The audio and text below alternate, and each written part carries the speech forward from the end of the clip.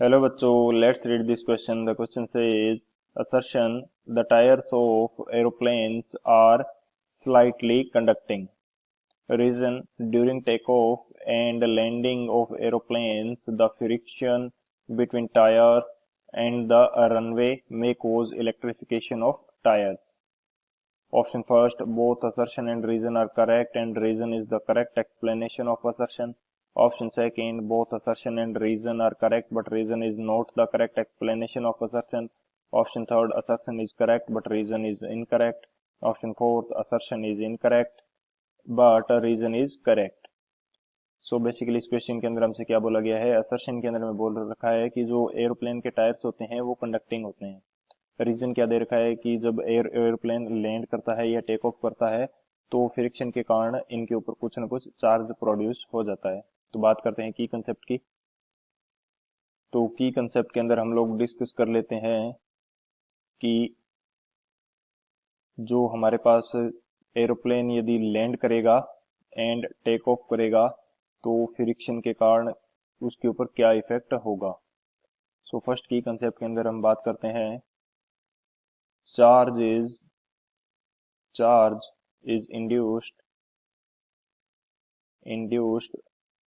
Due to friction, यानी कि friction के कारण हमारे पास चार्ज इंड्यूस हो सकता है। ये हमारे पास एक तो की कंसेप्ट है फर्स्ट। सेकंड की कंसेप्ट हमारे पास क्या है कि जो अर्थ है ये हमारे पास सोर्स एंड सिंक की तरह बिहेव करती है, both positive and negative charge के लिए। अर्थ behaves as source and sink for both positive and negative charges, for both positive and negative charges,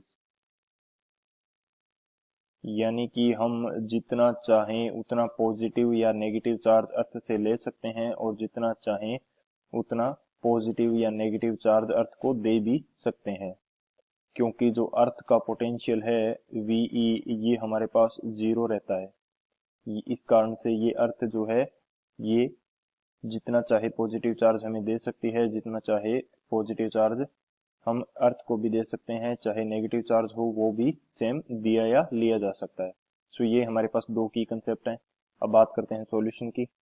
solution की यदि बात करें तो जैसे ही हम बात करते हैं एरोप्लेन की लैंडिंग या टेक ऑफ की बात की जाए, लैंडिंग की बात करें या टेक ऑफ की बात करें तो इसके जो टायर्स हैं वो रनवे के ऊपर मूव करते हैं एंड फ्रिक्शन होता है।